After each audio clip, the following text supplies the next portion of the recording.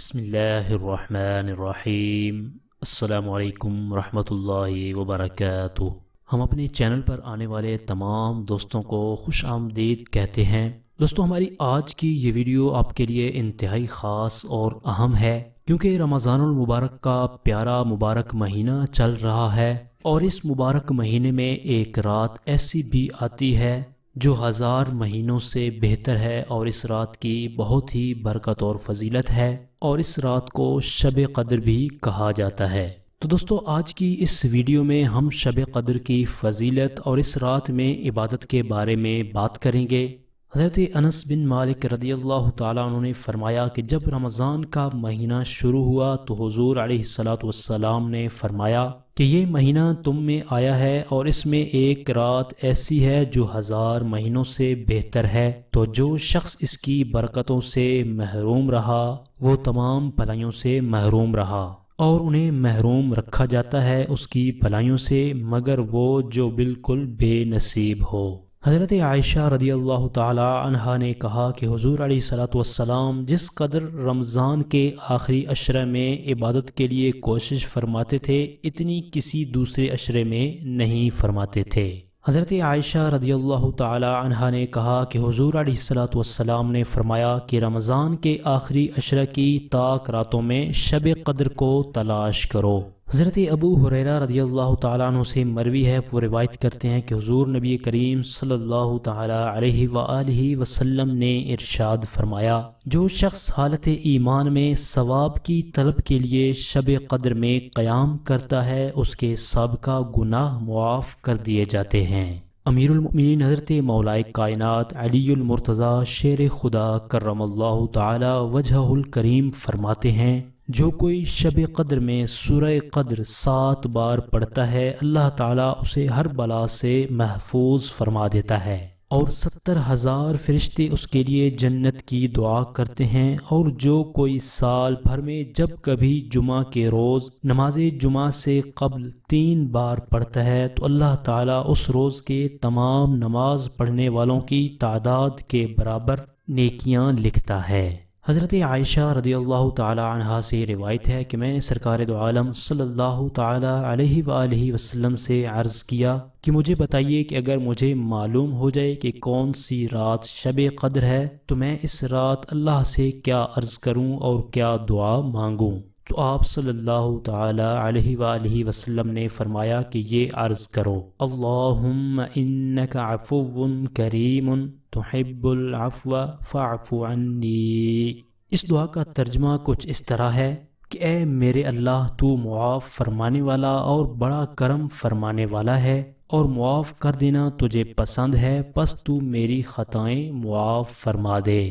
قدر کے ایک معنی عظمت اور شرف کے ہیں۔ امام زہری جیسے علماء نے یہی معنی مراد لیے ہیں کہ اس رات کو لیلۃ القدر کہنے کی وجہ اس رات کی عظمت و شرف ہے، اور ابو وراق نے فرمایا کہ اس رات کو لیلۃ القدر کہنے کی وجہ یہ ہے کہ جس آدمی کی اس سے قبل اپنی بے عملی کے سبب کوئی قدر و قیمت نہ تھی، اس رات میں توبہ و استغفار اور عبادت کی وجہ سے وہ صاحب قدر و منزلت بن جاتا ہے۔ آئیے اب بات کرتے ہیں کہ شب قدر کس رات میں آتی ہے۔ اتنی بات تو قرآن کریم کی تصریحات سے واضح طور پر ثابت ہے کہ شب قدر ماہ رمضان میں ہی آتی ہے، مگر تاریخ کے تعین میں علماء کے 40 کے قریب مختلف اقوال ہیں، مگر تفسیر مظہری نے لکھا ہے کہ ان 40 میں سے اصح قول یہ ہے کہ شب قدر رمضان المبارک کے آخری عشرے میں آتی ہے، مگر آخری عشرے میں بھی اس کی کوئی خاص رات متعین نہیں ہے۔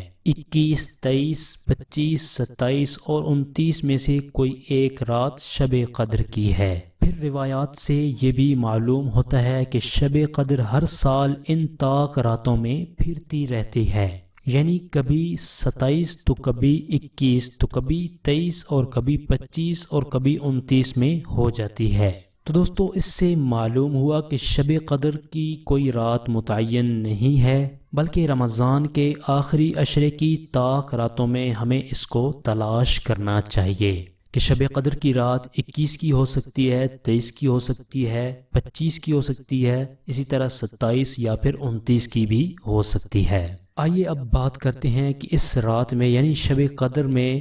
کون سی عبادت اور کس طرح کی عبادت کرنی چاہیے۔ شب قدر میں نماز عشاء اور نماز تراویح کے بعد نوافل، استغفار اور تلاوت قرآن شریف میں رات کو گزارنا چاہیے۔ اس رات جبرائیل امین فرشتوں کی جماعت کے ساتھ اترتے ہیں اور تمام لوگوں کے گھروں میں تشریف لے جاتے ہیں اور سلامی پیش فرماتے ہیں۔ اس رات میں نوافل کی بھی کثرت کرنی چاہیے، اس کا بھی میں آپ کو طریقہ بتا دیتا ہوں۔ سب سے پہلا طریقہ تو یہ ہے کہ 12 رکعتیں 2 رکعت کر کے ہر رکعت میں سورہ فاتحہ کے بعد سورہ اخلاص 3 مرتبہ پڑھنی ہے، اور ہر سلام پھرنے کے بعد 100 مرتبہ تیسرا کلمہ یعنی سبحان اللہ والحمد للہ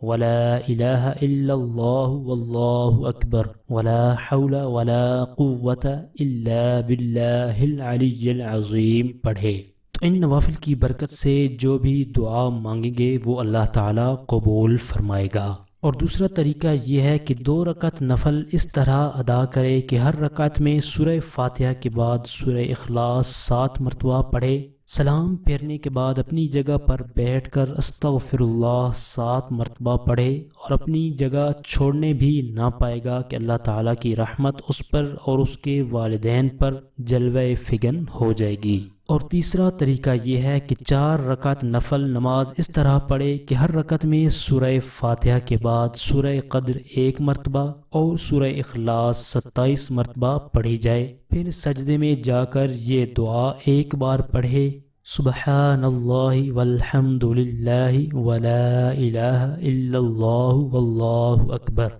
تو اس کی برکت سے جو بھی جائز دعا مانگیں گے انشاءاللہ قبول ہوگی اور گناہوں سے بھی پاک صاف کر دیا جائے گا۔ اور چوتھا طریقہ یہ ہے کہ 27ویں شب کو 4 رکعت والی نماز 2 سلام کے ساتھ اس طرح پڑھے کہ ہر رکعت میں سورہ فاتحہ کے بعد سورہ قدر یعنی انا انزلناہ یہ سورت 1 بار اور سورہ اخلاص 3 مرتبہ پڑھے۔ انشاءاللہ عز و جل جو کوئی بھی خلوص دل کے ساتھ اس رات میں عبادت کرے تو وہ اس رات کی فضیلتیں اور برکتیں حاصل کرنے میں کامیاب ہو جائے گا۔ تو دوستو یہ تھی ہماری آج کی ویڈیو، امید کرتا ہوں ہماری آج کی یہ ویڈیو آپ کو پسند آئی ہوگی۔ اگر ویڈیو پسند آئی ہے تو لائک ضرور کر دیں، اور اپنے دوستوں تک، اپنے جاننے والوں تک اس ویڈیو کو جلد سے جلد شیئر کر دیں تاکہ وہ بھی اس ویڈیو سے فائدہ حاصل کر سکیں۔ اگلی ویڈیو تک کے لیے ہمیں اجازت دیجیے، اپنا بہت سارا خیال رکھیے گا۔ اللہ حافظ۔